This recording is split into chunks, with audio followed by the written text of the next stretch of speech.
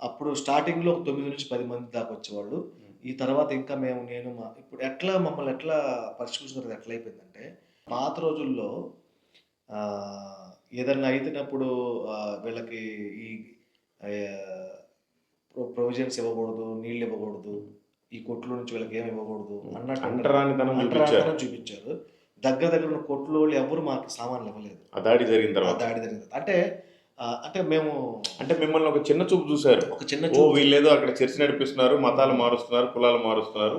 వీళ్ళకిస్తే మనమేం ఇవ్వకూడదు. ఏమివ్వకూడదు అని జెప్పేసి, హ్మ్. మాకు ఇంటికి ఎవరైనా గెస్టులొచ్చినా పాలు తీసుకోవడానికి కూడా చాలా దూరం వెళ్ళేవాడిని. ఓకే.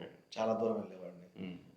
ఎందుకంటే ఆల్‌మోస్ట్ ఈ లోకల్ అంతా కూడా తెలిసిపోయింది. మరి ఇంత జరిగింది అన్ని ఛానెల్స్‌లో న్యూస్ ఛానెల్స్‌లో ఎసారు. మరెవరైనా స్పందించారా? మీ తరపున? ఆహ్, నా తరపునంటే ఇంతవరకు గూడా దేవుని కృపేంటంటే, నాకు తెలిసిన వాళ్ళు ఎవ్వరు నాకేం జేయలేదు. హ్మ్. అసలు ఎవరో నాకు తెలీదు. వాళ్ళొచ్చి వాళ్ళు వచ్చి ఎంకరేజ్ చేసేసి ఓకే.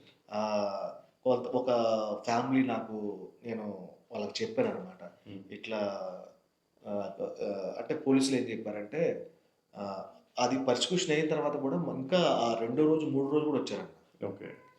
వచ్చారు. అంటే ఇంకా ఈళ్ళు ఉన్నారా? లేరా? ఉన్నారా? లేరా? వీడు హ్మ్. ఎళ్ళిపోయాడా? ఉన్నాడా? అని చూడటానికి. హ్మ్. సో, కుర్రోళ్ళందరూ తిరుగుతా ఉండేవాళ్ళనమాట ఇక్కడ. ఓకే. సో, నేను పోలీసులకి మళ్ళీ మేమిద్దరం ఫోను చేసి, "సార్ ఇట్లా ఇట్లా మాకు ఇబ్బందిగా ఉంది సార్" అంటే, పోలీసులంటే, "మీ దగ్గర ఏమైనా ప్రూఫ్ ఉందా వాళ్ళొచ్చినట్టు" అని అడిగారు. హ్మ్. నేనన్నా, "మా దగ్గర ప్రూఫ్ ఏం లేదండి" అన్నా. "మరి హ్మ్. ఎట్లా నమ్మాలి?" అన్నాడు. హ్మ్.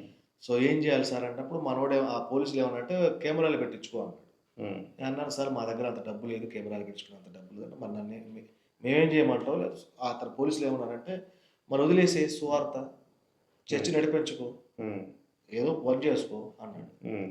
సో, నేను మా భార్య చాలా బాధతో మేము మళ్ళీ ఇంటికొచ్చి ప్రార్థన చేసుకున్నప్పుడు, అప్పుడు ఒక ఫ్యామిలీని దేవుడు ప్రేరేపిస్తే, హ్మ్. వాళ్ళు నాకు కెమెరాలకి హెల్ప్ చేశారు. ఓకే. సీసీ కెమెరాలు సీసీ పెట్టిచ్చారు. కెమెరాలు పెట్టించారు వాళ్ళు. ఓకే. సో, ఆ పెట్టించిన తర్వాత నుంచి కొద్దిగా ధైర్యం వచ్చింది. ఓకే. సో, ఆ కెమెరాలొచ్చిన తర్వాత కూడా చాలా మంది కూడా రావట్లేదు. ఓకే. రాలేదు.